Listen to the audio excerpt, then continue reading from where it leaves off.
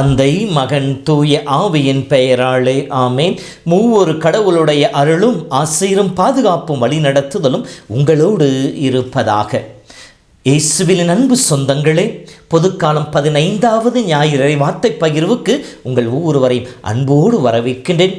அருளும் கிருபை நிறைந்த ஆண்டவர் தாமே உங்களையும் உங்கள் குடும்பத்தையும் தன் ஆசீரால் நிறைத்து பாதுகாத்து வழிநடத்த உங்கள் ஒவ்வொருவருக்காகவும் ஜெபிக்கின்றேன். 1 பேதுரு 1:9 நாம் பார்க்கின்ற பொழுது பேதுரு இவ்வாறு சொல்லுகின்றார்: நீங்கள் தேர்ந்தெடுக்கப்பட்ட வழிமரபினர், அரச குருத்துவ திருக்கூட்டம், தூய மக்களிடம், அவரது உரிமை சொத்தான மக்கள் என்று சொல்லுகின்றார்.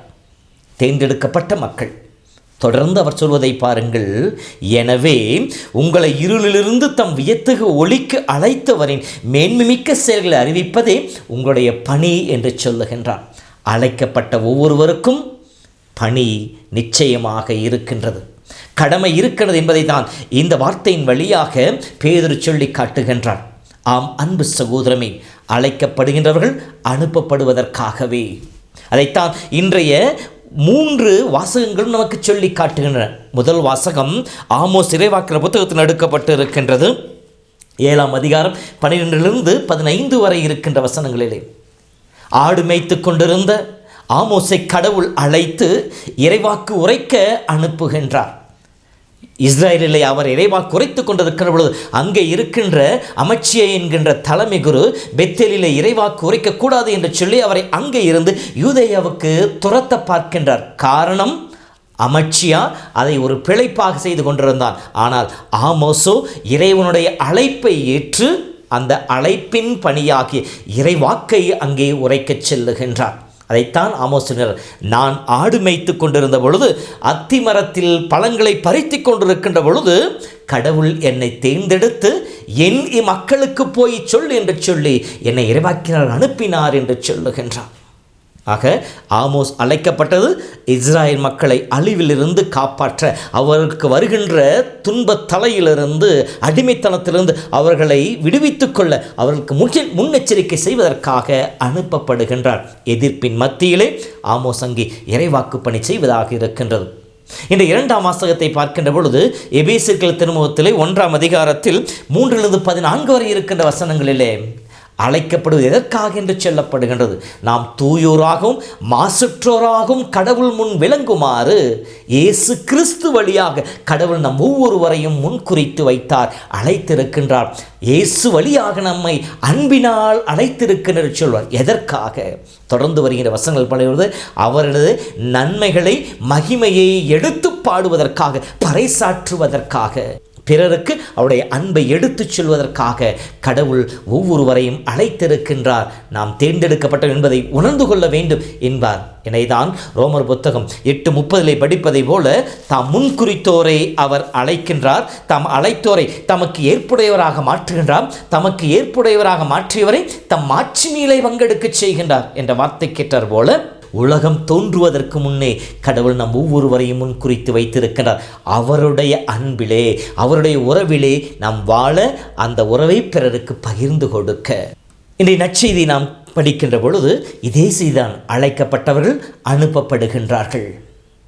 மார்க் புத்தகம் 6:7-13 வரை இருக்கின்ற வசனங்களிலே இயேசு தன் சீடர்களை தன்னுடைய பணி வாழ்விலே பங்கெடுக்க அனுப்புகின்றார். தன்னுடைய செய்தியை சுமந்து கொண்டு அவர்களை தன் பணியை செய்வதற்காக அனுப்புகின்றார். லூக்கா புத்தகம் 10:1 படிக்கின்ற பொழுது இயேசு தன் சீடர்களை அனுப்புகின்ற பொழுது தாம் போகவிருந்த இடங்களுக்கெல்லாம் தமக்கு முன்பாக அவர்களை அனுப்பு என்று சொல்லப்படுகின்றது. அப்படி என்றால் சீடர்கள் செய்வது இயேசுடைய இறையாட்சி பணியை தொடர்ந்து ஆற்றுகின்றார்கள். அவரோடு இணைந்து மீட்பின் பணியை செய்து கொண்டிருக்கின்றார்கள்.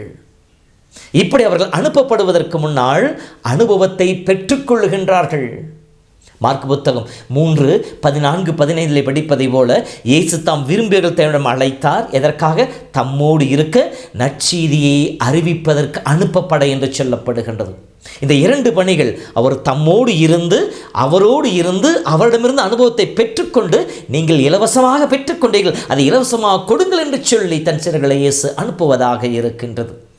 இயேசு அற்புதங்களை செய்கின்ற பொழுது, இறந்தவனுக்கு உயிர் கொடுத்த பொழுது, நோய் நொடிகளை குணமாக்கிய பொழுது, நற்செய்தியை பறைசாற்றிய பொழுது, தொழுகை கூடங்களிலே கற்பித்த பொழுது இவர்கள் இயேசுவோடு இருந்தார்கள். அவர் வாழ்ந்த வாழ்க்கை, அவருடைய எளிமையான தோற்றம், அவருடைய செயல்பாடுகள், பாவிகளை அரவணைக்கிற நிலை, ஏழைகளை தேடி ஓடி வாஞ்சையோடு அவர்களுக்கு உதவி செய்கின்ற அவருடைய எளிய உள்ளம், இவற்றையெல்லாம் கண்டு அவரிடமிருந்து கற்றுக்கொண்ட சீடர்களை இயேசு அனுப்புகின்றார்.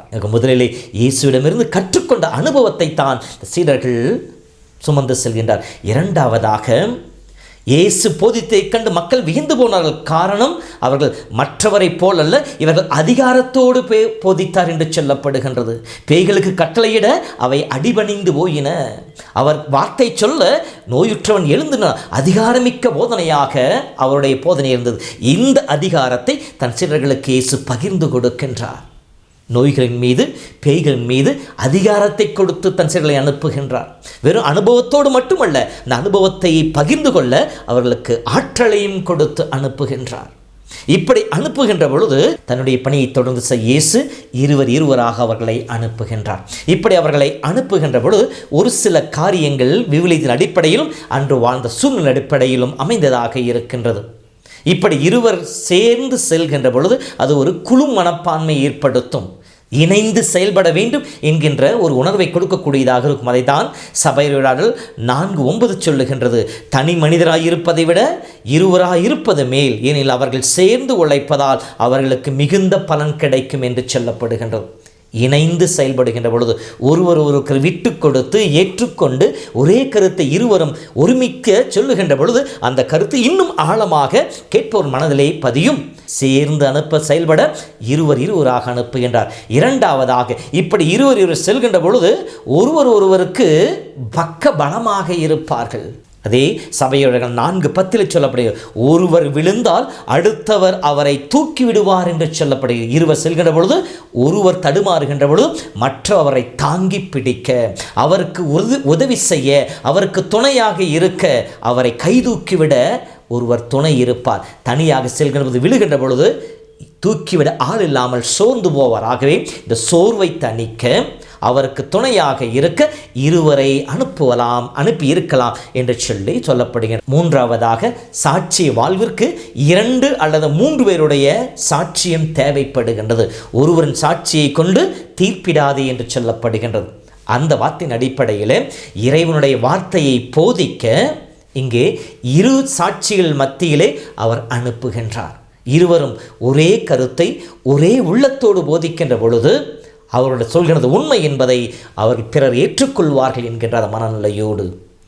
ஆகவே அன்பு சகோதரமே, இதோ இத்தகைய மனநிலையோடு ஒருவரை சார்ந்து ஒருவரோடு இணைந்து செயல்படவே இறைவன் இருவராக அவருடைய சீடர்களை அனுப்பியதாக சொல்லப்படுகிறது. இப்படி அனுப்புகின்ற பொழுது தன் அனுபவத்தோடு அதிகாரத்தோடு துணையோடு இயேசு அனுப்புகின்ற பொழுது அங்கே அவர்களுடைய வாழ்வு எப்படிப்பட்டதாக இருக்க வேண்டும் என்பதையும் சொல்லி காட்டுகின்றார்.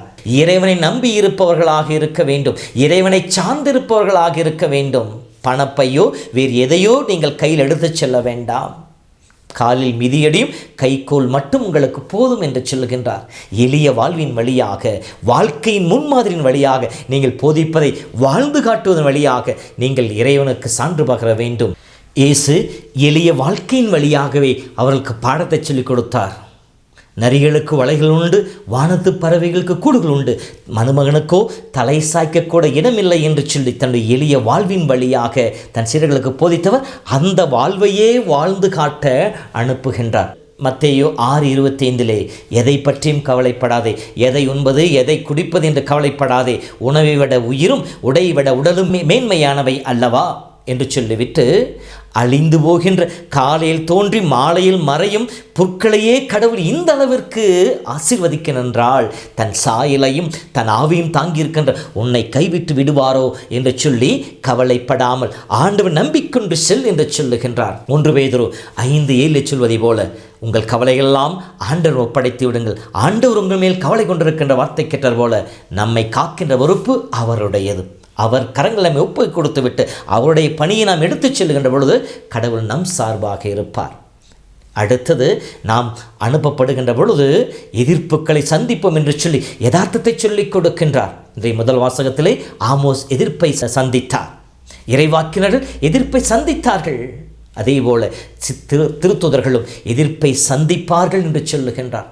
அப்படி சந்திக்கின்ற பொழுது, அந்த ஊரிலிருந்து வெளியே வருகின்ற பொழுது உங்கள் கால்களில் தூசியை தட்டிவிட்டு வாருங்கள் என்று சொல்லுகின்றார். அப்படி என்றால் பாலஸ்தீனத்துக்கு வெளியே சென்று மீண்டும் வருகின்றவர்கள் தன் கால்களில் இருக்கிற தூசியை தட்டி விட்டு தான் பாலஸ்தீனத்துக்குள் வருவார்கள் என்று சொல்லப்படும். அந்த அளவிற்கு அசுத்தமானதை உள்ளே கொண்டு வரக்கூடாது என்பது அவருடைய பழக்கமானதை போல, உங்களுக்கு எதிராக இருப்பவருக்கு எதிராக நீங்கள் செயல்படாமல் உங்கள் கால்களில் இருக்கின்ற தூசியை தட்டிவிட்டு அங்கிருந்து வேறு ஊருக்கு மற்ற இடங்களுக்கு செல்லுங்கள் என்று சொல்கிறார். அதற்கு இயேசு வாழ்க்கை மாதிரி காட்டினார். தன் சொந்த ஊருக்கு போகின்ற பொழுது அவருடைய சொந்த ஊர் மக்கள் அவரை ஏற்றுக்கொள்ளவில்லை, அவருடைய நம்பிக்கை கொள்ளவில்லை.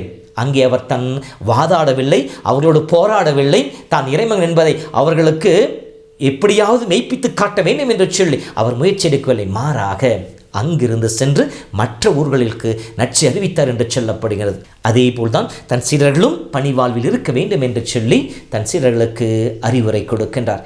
இப்படி அறிவுரை கொடுத்ததை கேட்டு சென்றவர்கள், இயேசுவின் வார்த்தைகள் நம்பிக்கை வைத்து சென்றவர்கள் சென்ற இடங்களிலே நற்செய்தியை பறைசாற்றினார்கள், மனமாற்றத்தை குறித்து பேசினார்கள், நோய் நொடிகளை குணமாக்கினார்கள், பேய்களை ஓட்டினார்கள் என்று சொல்லப்படுகின்றது. இயேசுவின் வார்த்தையை நம்பி நாம் செல்கின்ற பொழுது, ஆண்டவருடைய பணியை நம்மேல் ஏற்றுக்கொண்டு நாம் செல்கின்ற பொழுது கடவுள் நமக்கு துணையாக இருப்பார். எப்படி மார்க்கு புத்தகம் 16 படிக்கின்ற பொழுது சொல்லப்பட்டிருக்கின்றது, கடவுளும் அவர்களோடு இருந்து அற்புதங்கள் வழியாக அவருடைய வார்த்தையை மெய்ப்பித்து கொண்டிருந்தார் என்று சொல்லப்படுகின்றது.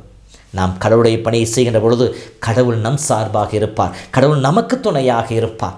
ஆகவே அன்பு சகோதரமே, இதோ இன்றைய வார்த்தையை படிக்கின்ற பொழுது தேர்ந்தெடுக்கப்பட்ட ஒவ்வொருவரும் கடவுளால் தேர்ந்தெடுக்கப்படுகிறார்கள், கடவுளைப் போல தூயவர்களாக வாழ்வு வாழ தேர்ந்தெடுக்கப்படுகின்றார்கள், அனுப்பப்பட தேர்ந்தெடுக்கப்படுகின்றார்கள். இப்படி அனுப்பப்படுகின்றவர்கள் முதலிலே குழு உணர்வோடு செயல்பட வேண்டும், இரண்டாவதாக கடவுள் மீது நம்பிக்கை வைத்தவர்களாக இருக்க வேண்டும், மூன்றாவதாக கடவுள் கொடுத்த பணியை செய்கின்ற பொழுது அவருக்கு சான்று பகர்கின்றவர்களாக இருக்க வேண்டும். இப்படி இந்த பணியை செய்கின்ற பொழுது கடவுளும் அவர்களோடு இருந்து அவரை ஆசீர்வதிக்கின்றார் என்று நமக்கு சொல்லப்பட்டிருக்கின்றது. நாமும் தேர்ந்தெடுக்கப்பட்டவர்கள், அவருடைய சொந்த மக்கள். நம் ஒவ்வொருவரையும் கடவுள் மீட்டிருக்கின்றார், புது வாழ்வை கொடுத்திருக்கின்றார். இறைவனிடமிருந்து பெற்றுக்கொண்ட புது வாழ்வை மக்களுக்கு பறைசாற்றுவோம், சாட்சிகளாகவும் கடவுள் நம்மோடு இருப்பதை பிறருக்கு எடுத்து காட்டுவோம். இறை ஆசிரியரின் வாய்க்கால்களாய் தூதுவர்களாய் நாம் வாழ்வோம். ஜெபிப்போமா? அன்பின் ஆண்டவரே, இந்த வார்த்தையின் வழியாய் உம்முடைய மக்களை சந்தித்து ஆசீர்வதித்துக் கொண்டிருப்பதற்காக நன்றி இயேசுவே. உம்முடைய பிள்ளைகள் ஒவ்வொருவரையும் ஆசீர்வதியும். இதோ இந்த நாளிலே உம் பிள்ளைகள் வாழ்விலே உள்ளத்திலே இருக்கின்ற ஒவ்வொரு கருத்துக்களின் தேவைகள் நீ அறிந்த தேவனாக இருக்கின்றீர். இதோ இவர்கள் ஒவ்வொருவரையும் அவருடைய வாழ்க்கையின் தேவைகளோடு வேண்டுதல்களோடு உம்முடைய பாதத்திலே ஒப்புக் கொடுக்கிறேன் ஆண்டவரே. இவர்களையும் குடும்பத்தையும் காத்தருளும், எந்தவித ஆபத்துகளும் சோர்வுகளும் இவர்களை தீண்டாமல் பாதுகாத்தருளும். சாவின் தலைகளிலிருந்து இவர்களை பாதுகாத்து இந்த நாள் முழுவதும் நிலைத்திருந்துமை மகிமைப்படுத்துகிற பிள்ளைகளாக இருக்கச் செய்தருள்வீராக. உம்முடைய வல்லமையின் கரத்திலே தாழ்த்தி ஒப்புக் கொடுக்கிறேன். அருள் தந்து ஆசீர்வதியும் பொறுப்பெடுத்து கொண்டு பாதுகாத்தருள்வீராக. ஆண்டவர் உங்களோடு இருப்பாராக. எல்லாம் வல்ல இறைவன், தந்தை, மகன், தூய ஆவியின் பெயராலே ஆமேன்.